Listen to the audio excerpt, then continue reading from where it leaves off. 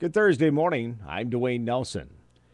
An endangered child alert has been issued by the Greene County Sheriff's Office and the Tennessee Bureau of Investigation for two Greene County children. Police are looking for 2-year-old Kimberly McLean and 1-year-old Isaiah McLean. The children were supposed to be placed into protective custody Wednesday, but David and Sheena Perry never showed up with the children. They're believed to be in a beige, mid-90s model Honda Accord with Tennessee registration 760WJZ. Sullivan County Sheriff's Office has released the name of a man whose body was found in Fort Patrick Henry Lake.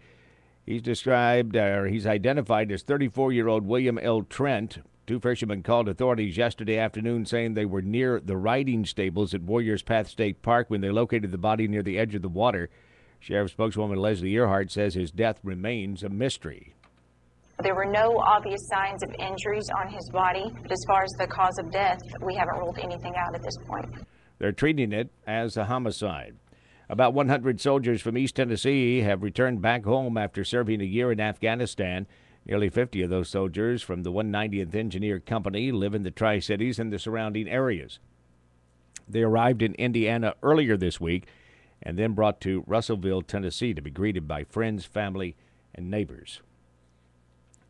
The Tennessee Department of Transportation has decided to continue moving forward on the Highway 91 road widening project in Carter County. The proposed project will consist of adding a center turn lane along the 4-lane undivided portion of West Elk Avenue from Holly Lane to North Roan Street. There will also be sidewalk improvements and repaving from West G Street to State Route 37. TDOT spokesman Mark Nagy says, the goal here, of course, is for this project to improve traffic congestion and also to reduce the potential for crashes along State Route 91 in Carter County. TDOT estimates construction will get underway in the summer of 2015. One Hawkins County Vietnam veteran's widow has received $295,000 as part of a settlement. The Niemer versus U.S. Department of Veteran Affairs was settled in 2010 in favor of Vietnam veterans. Settlement brought more than $4 million to Hawkins County. $900,000 was received by 8 widows. Single vehicle crash in Tazewell County, Virginia has left a Bandy, Virginia man dead. According to Virginia State Police, 40-year-old Ralph Booth was killed on Route 16 near Route 161.